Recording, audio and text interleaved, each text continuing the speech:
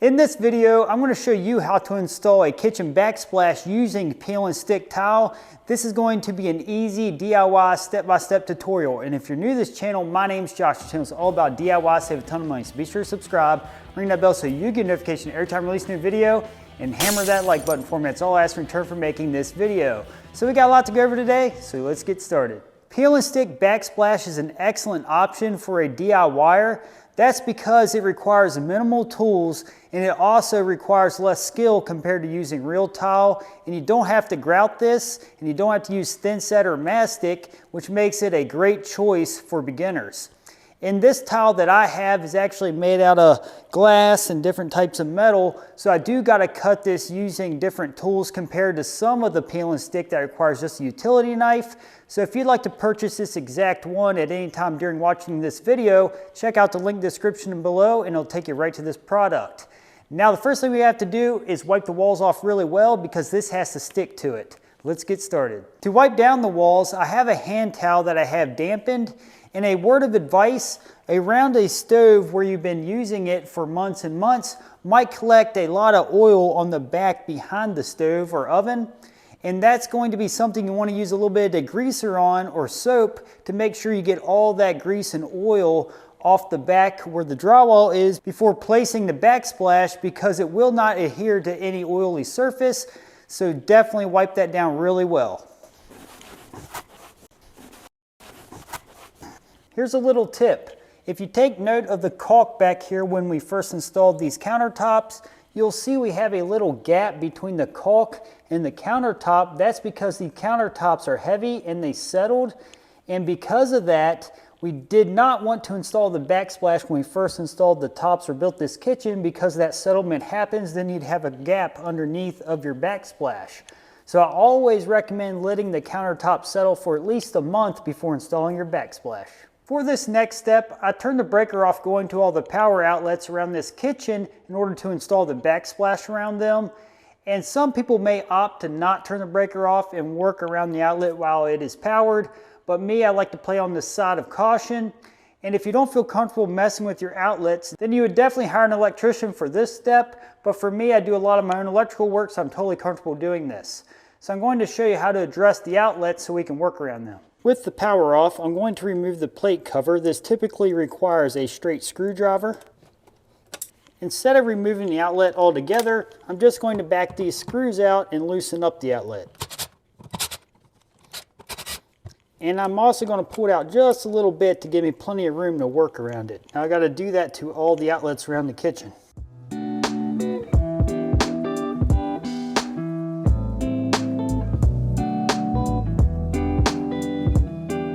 Here is something unique to my job that you may or may not have to do as well. This trim would be difficult to cut around, and same with the window stool. It's going to be easier to take this bottom piece off and then notch out this stool about a 1/4 inch so that backsplash can slide behind it instead of trying to cut around it. So I'm going to take a Wonder Bar and pop off this bottom trim, then take my oscillating tool to notch out a 1/4 off the window stool.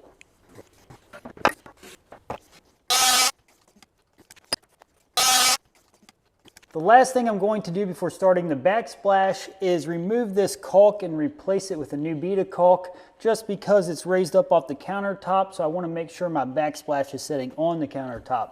I'm just going to take a paint scraper and just scrape off that bead of caulk and replace it. Now that the old bead of caulk is removed, I'm going to use white silicone and place a new bead here, and it's best to do this now because after the backsplash is on, you would still have this groove opened up and you don't want that. So I'm going to run a nice healthy bead back here before continuing to the backsplash.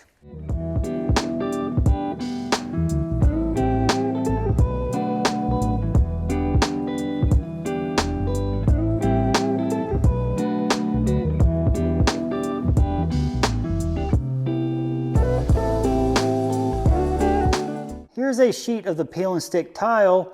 This side is the finished side, and this side is where we will peel and then dampen later before we stick it to the wall. And this can be cut, like I mentioned before, using a utility knife if it's vinyl or PVC or something of that nature. But this is glass and this is metal. And I'm first going to remove these edges because I'm going to start back here in the corner and I want to butt tight in order to be able to begin there. So I'm going to go out to the garage and cut these edges off. In order to cut this backsplash, I have to use a wet saw. A wet saw is great for cutting this glass tile or any type of regular tile, but if you have the PVC or if you have the vinyl, you can cut it with a utility knife. So I'm going to go ahead and cut the ends off for our starter piece. It's now time to dampen the backsplash for the wall. I have a water bottle here that I'm going to place just a couple squirts of soap in it. So definitely check the manufacturer's instructions of your peel and stick tile to make sure you have to do this part or not. We're now going to turn the tile over. I'm now going to remove the paper, and this is more or less like a big sticker. I'm now going to spray it with water to give us time to stick it to the wall, and we're just going to dampen it down really well. And then take a sponge and just make sure we got it all over the tile really well. We're now ready to stick it to the wall. So I'm going to start on this wall because we walk into the kitchen this way the most, because once this one goes on this side, it's going to cover up that joint better. So I'm going to take the edge that I have cut and place it tight into the corner.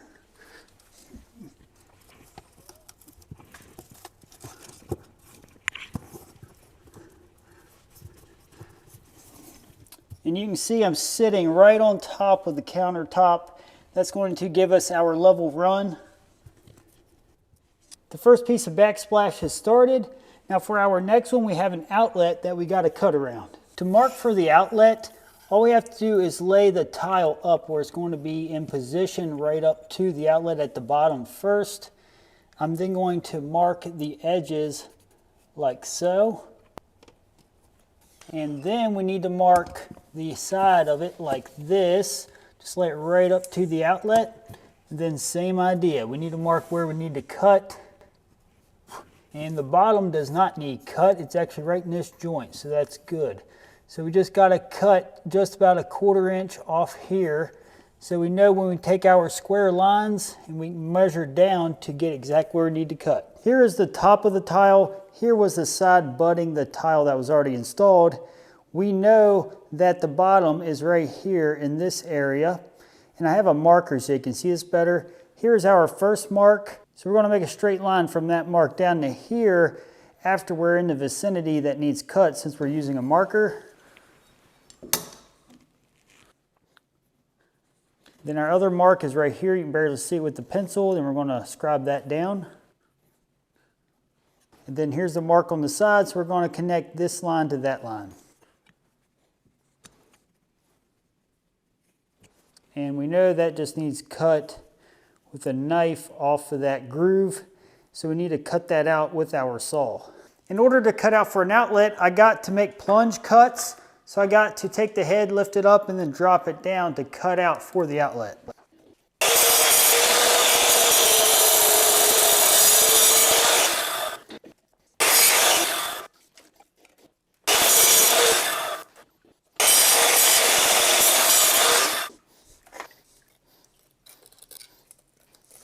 As you can see, we have it cut out for the outlet. Before sticking a cut piece like this to the wall, make sure you dry fit it. When I say dry fit it, I mean place it up against the wall around the outlet and make sure it fits right before removing the film on the back that's going to make it stick to the wall. Because after it's stuck to the wall, it'd be very difficult to get off if you had to cut it again.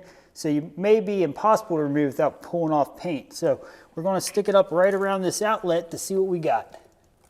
Okay, after dry fitting it, it looks really good right there. So now we can peel the back off and install it.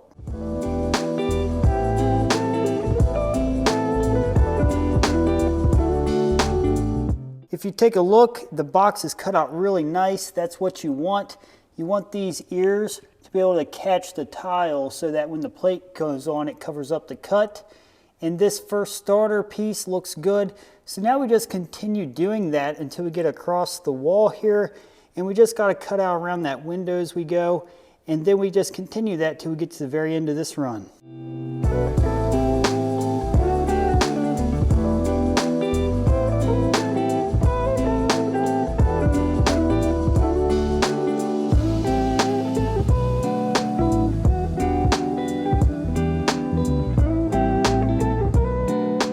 I'm here where I have to rip the backsplash down to go underneath the window. This is really easy. We gotta line this up how we usually would so they lace together properly. And then we gotta determine how far down we wanna come down for our window trim to cover it up. And as you know, the window trim came out under here really far and then it came down around. So if we start from this one that we cut off already and continue that over, that should be plenty allowed to trim the cover up, because again, it comes clear down to here. It's 3¼ inch trim. So I just gotta take my utility knife and cut the paper on the back to remove this row. To protect the countertop, I have packaging down, and I also have the mat that I was dampening the tile with. I'm going to flip this around, and remember, we gotta remove these 3 rows at the top, and then we're gonna flip it back and then bend it back like so. That's gonna give us a crease. Then we just gotta follow that crease. And it's that easy. We ripped it down like nothing, so now we can install this just as we typically would. And make sure to save this because we're going to use it later.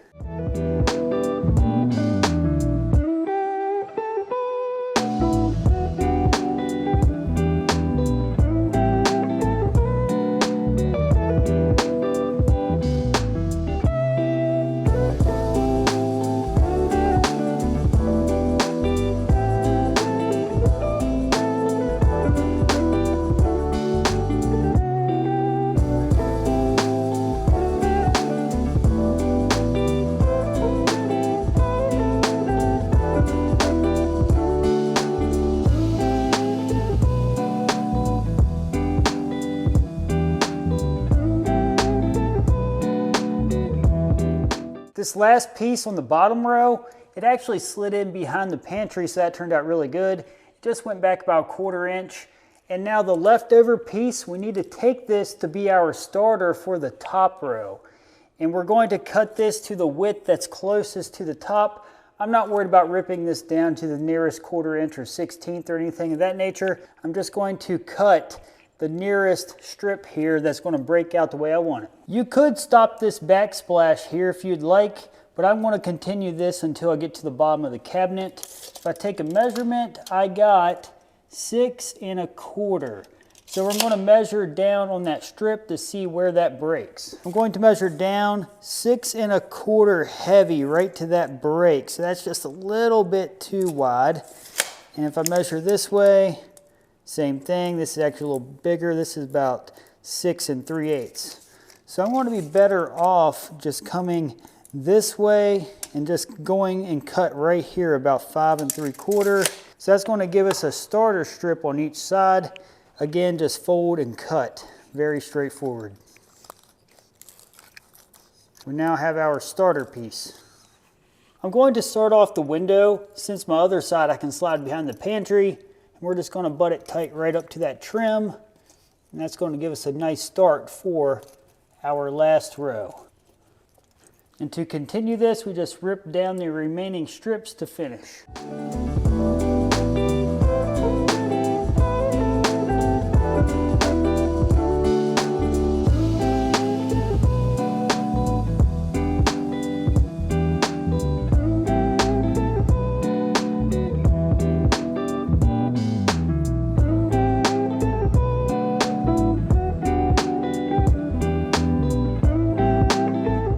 Now that I have all the backsplash on this wall, I'm going to continue around to this side of the kitchen. Same idea how we started back here in this corner. Just cut off these edges so that we have a straight edge. Then we're going to butt tight right to that other wall, then continue around the kitchen.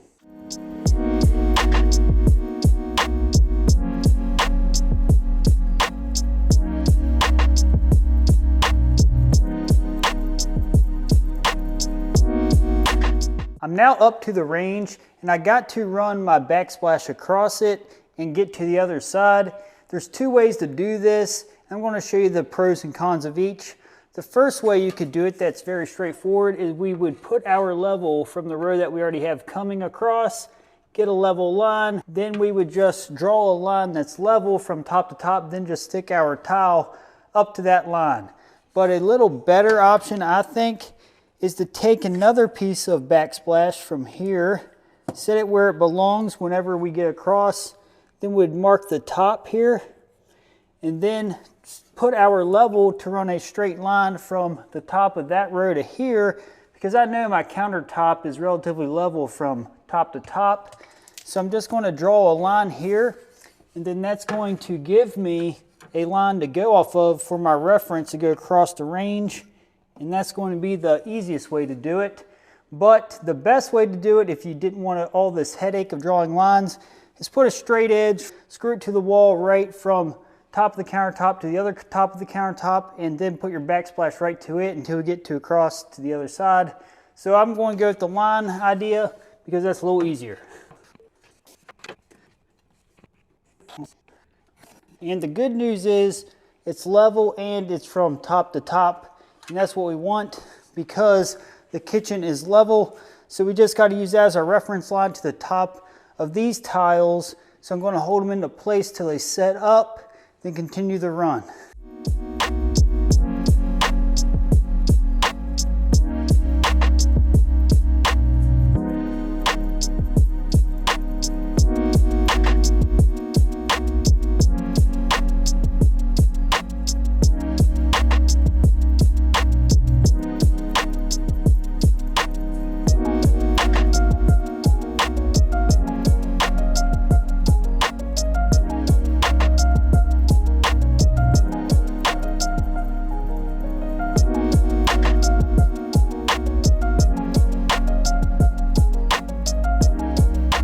Here at the microwave, you can see it wraps around the cabinet and goes up. So I'm going to have to add another row or two.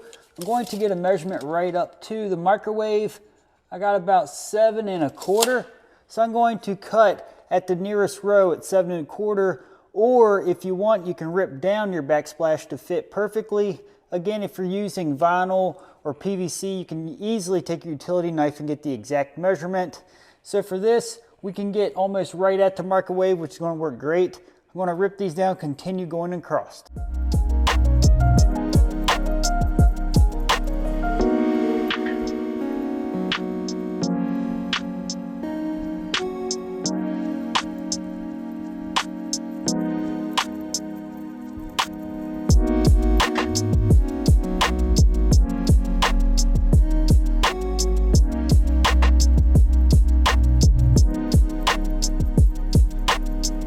Now that the backsplash is stuck to the wall, it's time to replace the receptacles and the covers. A couple things I want to mention.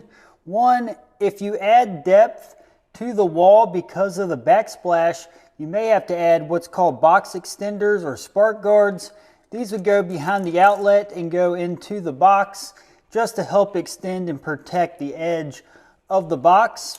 And also, you may have to increase the length of the machine screw that's here in the ears of the receptacle. That's because of the extra depth, it may not be long enough with the ones that came from the factory on the receptacle. I'm now going to place all the receptacles back into the boxes.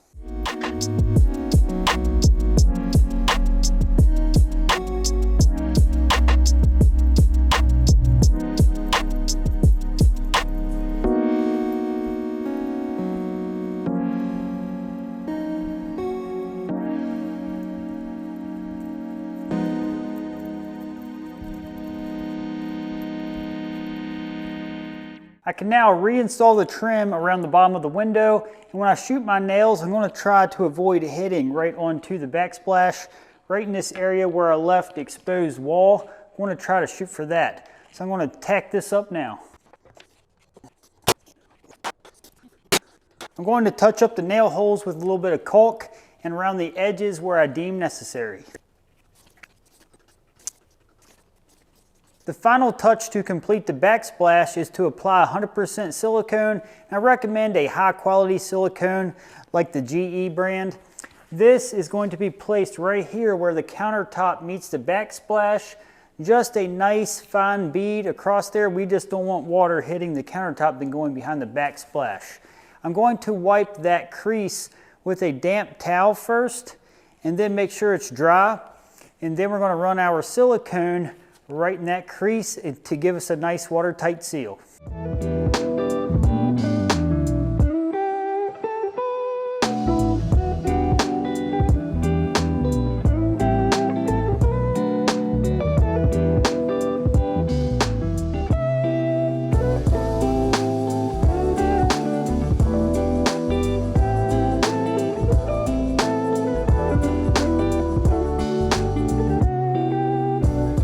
If you're wondering how well did the tile stick to the wall, there was one tile that I had to peel back off and it was very difficult. I actually had to break the tile into pieces to get it to come off the drywall. So I will say the peel and stick is definitely stronger than what you would think. So you keep that in mind whenever you're purchasing the peel and stick, and a lot has to do with your prep as far as having a clean wall.